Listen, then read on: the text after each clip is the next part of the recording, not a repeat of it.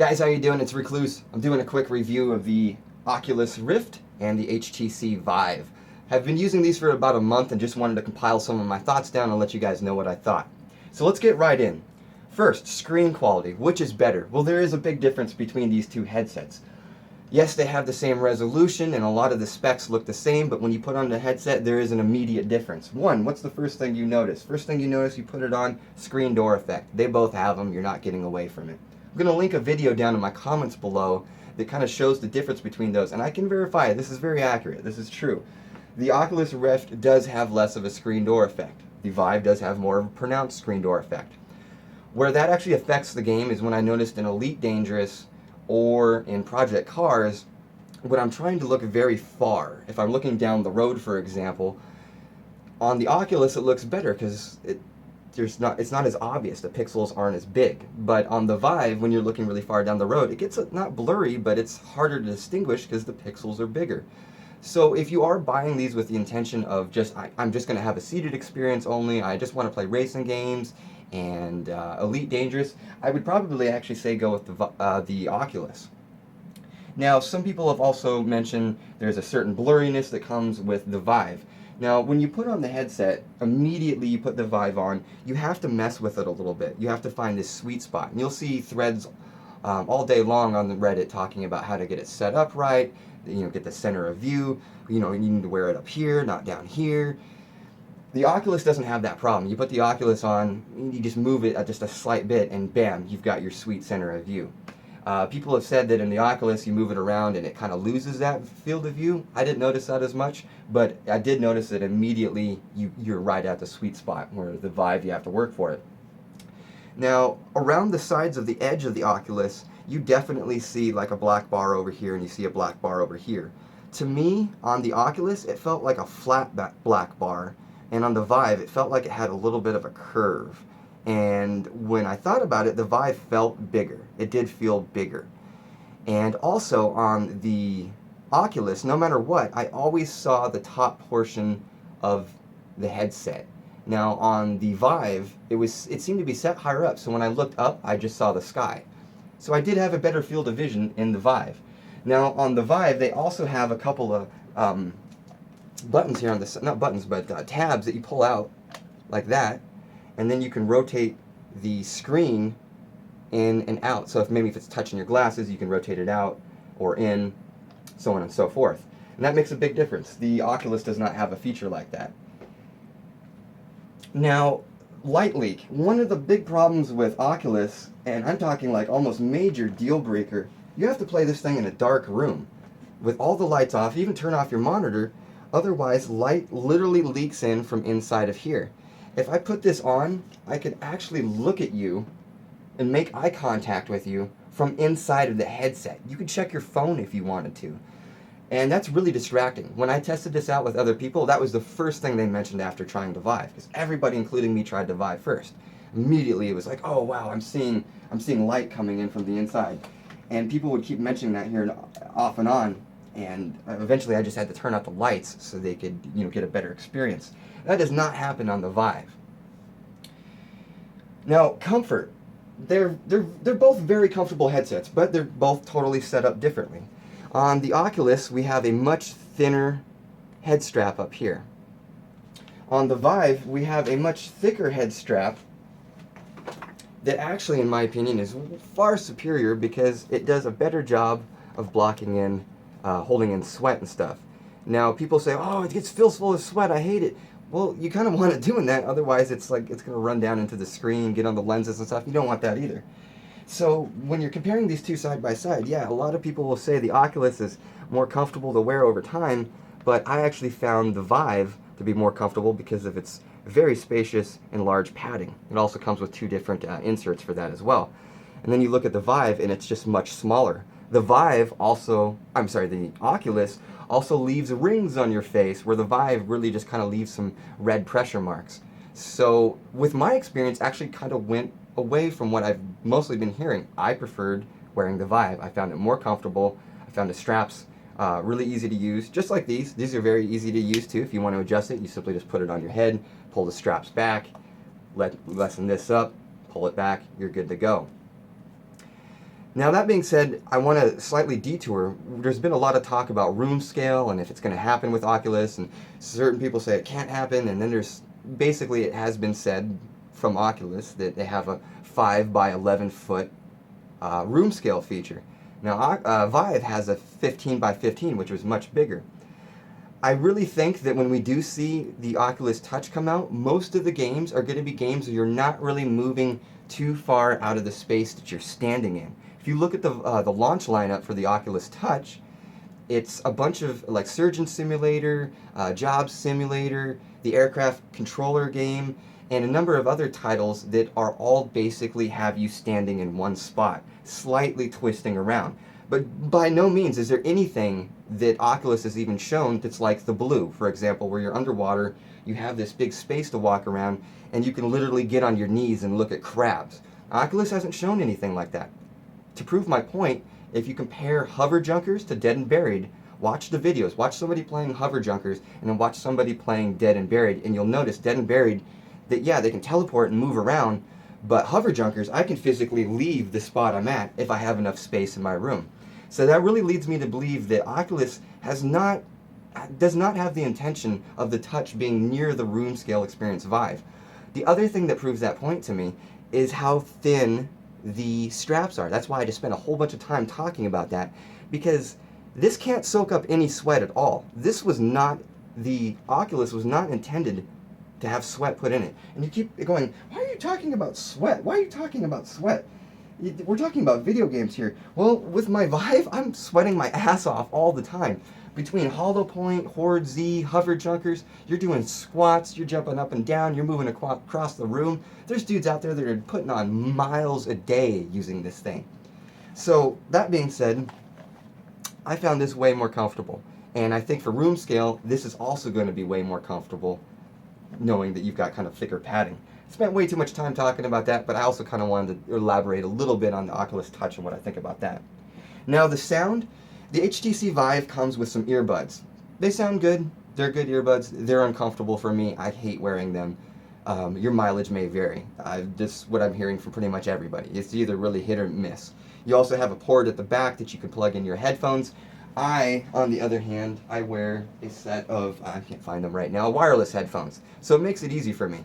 Now, it is a lot of stuff on my head once I get everything going, which makes it nice that the Oculus built in the earbuds, not earbuds, but they're like old school, like Sony Walkman headphones, if you remember those from back in the day, and they just kind of move around to your ear, really easy to set up. You can detach them. They sound fantastic. They don't sound as good as an Astro A40 or some of the higher end headphones, because of the bass, but these definitely do sound good. They definitely get the job done, and I was really surprised at the 3D sound quality. Setup. Okay, this is obvious. I'm not going to spend a lot of time talking about this. Yes, the Vive is harder to set up. It's room scale. It has 2 sensors. Is it like I heard in all the videos before I got my Vive? No, people were making this sound way too hard. You plug in some stuff, you plug in the sensors, you plug in a box to your computer, boom, you're done. It's really not that hard. It took me probably about 30 minutes to set it up, and that was taking my time oohing and ahhing over all the parts. The Oculus probably took about 15 minutes, if that. The Oculus it probably took under 10. You plug it into your computer, one sensor gets plugged in, and HDMI port, USB on the back, you're done. Bada bing, you're going. It's also easier to set up in games like Project Cars or Elite, because with the Rift you have to tell it where you're sitting quite frequently. I noticed when I was playing Project Cars on the Rift, every single time I changed the car that I was driving, I literally had to tell it where I was sitting, because the model inside of the car was different every time. It didn't sync it up to me. So every time I changed the car, I would have to reset the seated position. The Oculus, I kind of had to do a similar thing as well, so it wasn't really perfect on either one. Performance. Now, you've probably heard some people saying that on the Vive, the certain games do not run as good as they do on the Oculus. On the Oculus, you're looking at Project Cars and Elite Dangerous running better. I did prove it out. I did test it on Elite Dangerous. If you get too close to a planet on the Vive, it does get a little bit choppy. Not choppy, but you can see there's some slowdown.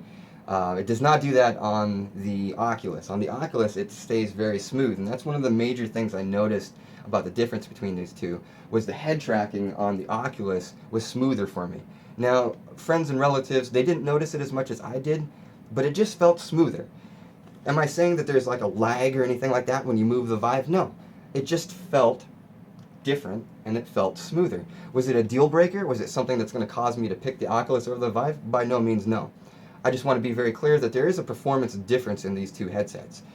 The Project Cars game definitely, when I cranked up the graphics all the way, had some stuttering here and there, and I will say stuttering, where on the Oculus it had no stuttering whatsoever. It was very smooth. And like I said, easier to play those games because of the screen door effect seemed to be lessened, which made you then able to look farther ahead. Now, I also have another video card. I'm using an i7 6700 and a 9800 Ti to play my games.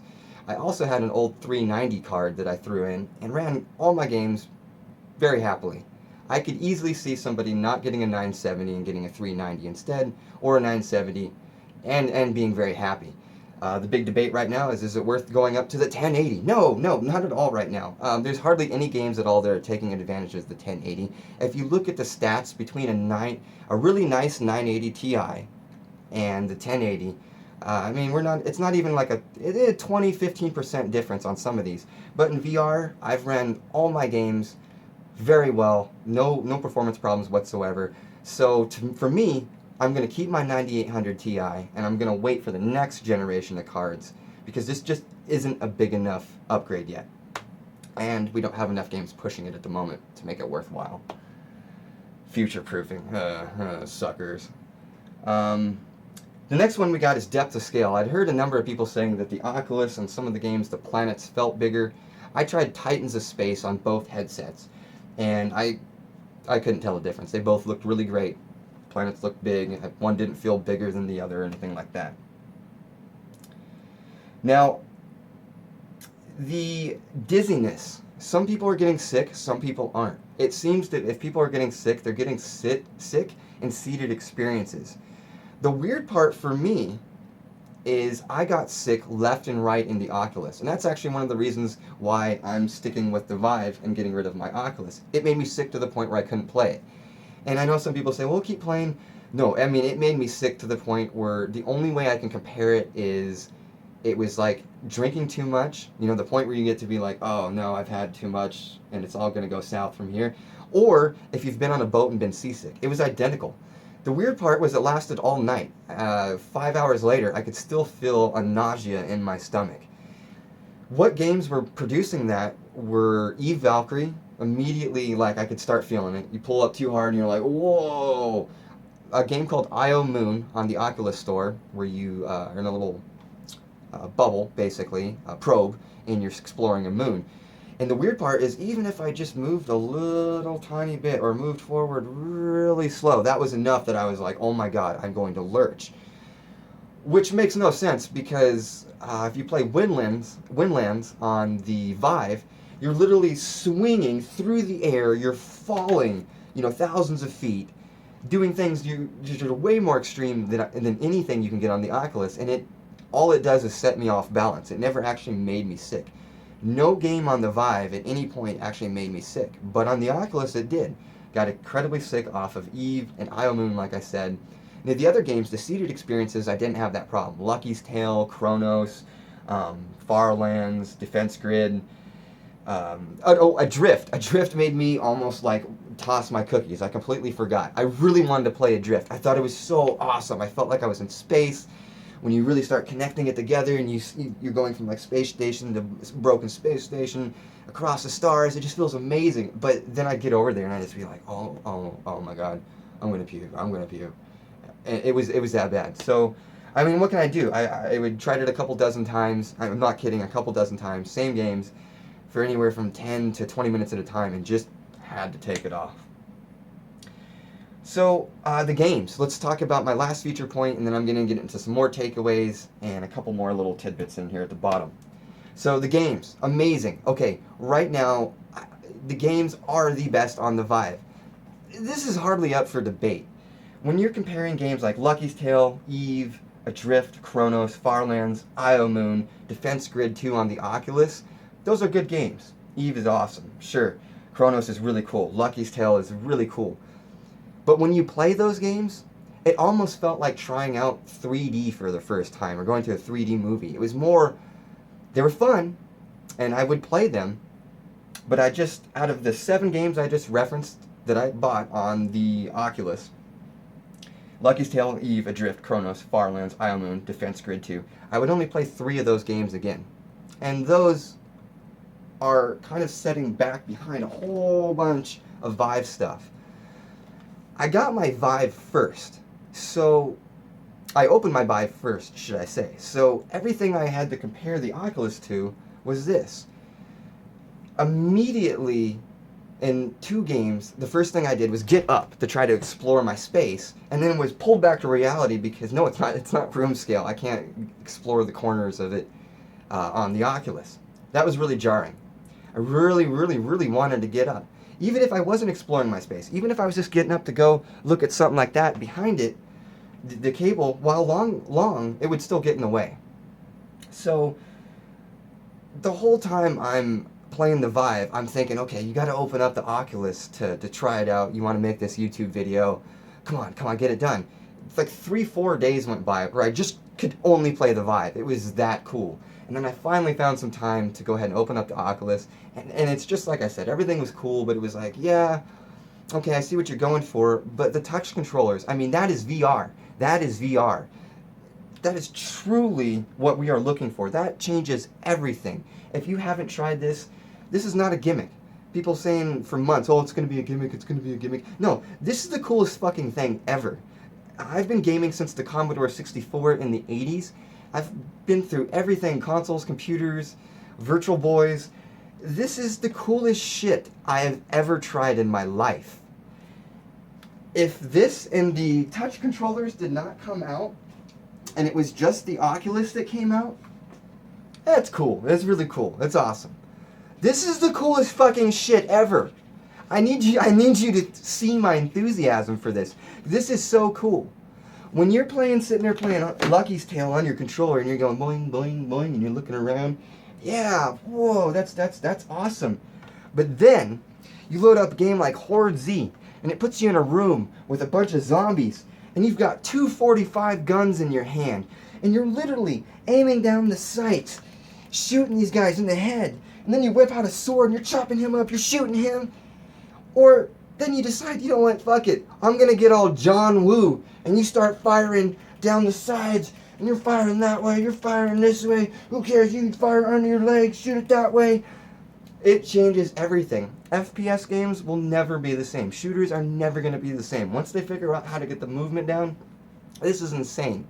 All this enthusiasm that you're hearing right now is from the Vive, is from the games that are out right now that I can play right now. If you're looking forward to the touch, that's cool, but seriously, go look and see what games are being developed for the touch right now. See what you're actually looking forward to. So when it comes out here in a couple of months, Vive has already had this huge, like 3, 4, 5 month lead, a 4-month lead, and right now, if you go onto the Oculus store, I checked this morning, there's 232 games on the Vive. Now, most of them are complete shit. There's like less than 50 that are even worth it, less than 25 probably. But I'm trying to make a point. There's 232 games on the Vive. There's only 117 on Steam right now that work with the Oculus. It's simple math, boys and girls. You have twice as many games on the other system. If you look at what games are coming out over the last week on Steam, I challenge you, take a look. Vive games are coming out way more frequently than Oculus games. That is a big fucking deal.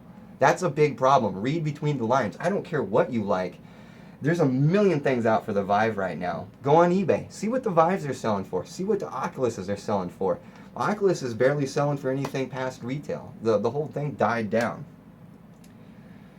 Now, I want to talk to you about some of the takeaways that I had as well. These are the big takeaways. I tried to think of like, what did you really think about when, after the experience was done, you've played both, you've played all these fantastic games. What did you play on the Vive? I told you what I played on the Oculus. On the Vive, I was playing Horde Z, Hollow Ball, Hollow Point, Job Sim, The Blue, The Lab, Hover Junkers, Brookhaven Experiment, Windlands, Cloudlands Golf, Space Pirate Trainer, and Universe Sandbox 2. Among a number of other really like crappy games that I'm not even going to mention. Now, out of those 12 games, I'm going to play 11 of them again. And out of those 12 games, I'm going to play at least another 50 to 80 hours in just those games. At least. There's a couple games where I want to, like Horde Z and Hollow Point. They're bringing back the high score. And you say, well, the high leaderboards has been around for a long time. Yeah, it just feels different when you're physically the controller now. You feel like you're really a part of the leaderboards. You feel like the guy that's got like an aimbot or something isn't going to be stuck up there at the number 1 spot, and it's really just the bottom 20 that you're looking at that are the real scores. These guys, top 10, are cheating. So it was really cool to have leaderboards in Horde Z. I was inspired to get back in the game, start doing more headshots, and start being more accurate and stuff. And I even got the number 3rd in the world on Horde Z on the last level. That was a couple days ago. I don't know if I'm still there, but you'll be able to see Recluse there. My point is, out of everything that was on the Vive, I wanted to go back to it. I was dying to go back to Space Pirate Trainer and Hollow Point. All these games. The Oculus, there wasn't really anything at all that I was just absolutely dying to play again. Yeah, I'll revisit Lucky's Tale. Yeah, I'd like to play Defense Grid 2 again, which I've already played once. And I'm going to revisit Chronos, but Farlands, Io Moon, Adrift, Eve, not really doing anything for me. And you have absolutely no fucking games coming out over the next couple of months that are worth any shits. I'm wondering if No Man's Sky actually got delayed because of some VR. That would be amazing. Oh, wow. Okay, so now you've known the games that I've played. Let's look at some of the notes. Rift left face marks, as I was talking about, while the Vive didn't. So if you were all concerned about playing and then going out and people seeing you, the Vive definitely is the better experience on that. The Rift light leak was a complete deal breaker. I don't care about hardly anything, but that light leak is insane. To have to turn out all the lights in my room, it's asking too much. To have to turn out my monitor, there's a whole bunch of lights coming in from inside of the screen, you're asking too much. Friends and family love the Vive. Everybody that played the Oculus was the same. It was the same every single time. Oh, wow, cool, cool. Then you get into the Vive. Oh my fucking god. Oh my god. I can't believe this. Oh my god. This is the coolest fucking thing I've ever seen. I'm not kidding. I mean, it speaks for itself. The Rift audio, it truly was amazing. It was really, really good. It wasn't noise canceling. It's really good though. The Rift did seem smoother. And we talked about this earlier. It just hands down seemed a little bit smoother. Not to the point of it being a deal breaker or anything at all though. It was really hard coming from the Vive to the Oculus. As I had said, the experience was just so amazing. The games were so different. To have to just sit there and play something like Super Mario Brothers, or a game that I've already played, or games that I just wanted to get up and I was just literally ripping the cord on the computer because I'd forgot that I wasn't in the Vive, was incredibly frustrating. The Vive did, for me, felt more comfortable in the long run. When I put the Rift on, I got a lot of pressure on the front of my head. And I spent about 20 minutes with each, playing around with different configurations, too tight, too loose, too high, too low, right in the middle, too slow, all the good stuff. And the Vive just, yeah, while it was heavier, was it like a deal breaker? No. And it felt like it cradled the back of my head better and put more weight on my skull on the back, as opposed to on like my facial muscles or right here. As I mentioned, Vive has a ton more games. The experiences that you're going to get off of the Vive are hands down the most amazing thing I've ever done in my years of gaming. I want to go ahead and just finish up this video. I hope you've enjoyed it. I just want to stress that I was not a fanboy for either one of these headsets. Actually, at first, I was totally an Oculus fanboy. I was on the Kickstarter. I followed everything on the DK1, DK2. I didn't get one, though. I ended up getting the Samsung Gear VR. Ended up returning it, because after you've had that for about an hour, you've done everything on it. So, for a long time, I was defending them tooth and nail. And once I tried the Vive, it was just no going back. It is the supreme headset. And take note to what I said about the Oculus Touch. If you don't believe me, look at their lineup, look at the games that are anticipated, compare Hover Junkers to Dead and Buried, and you'll see there is a vast difference. Show me one game where Oculus is even saying, hey, yes, we have room scale, take a look, we just loaded up the blue.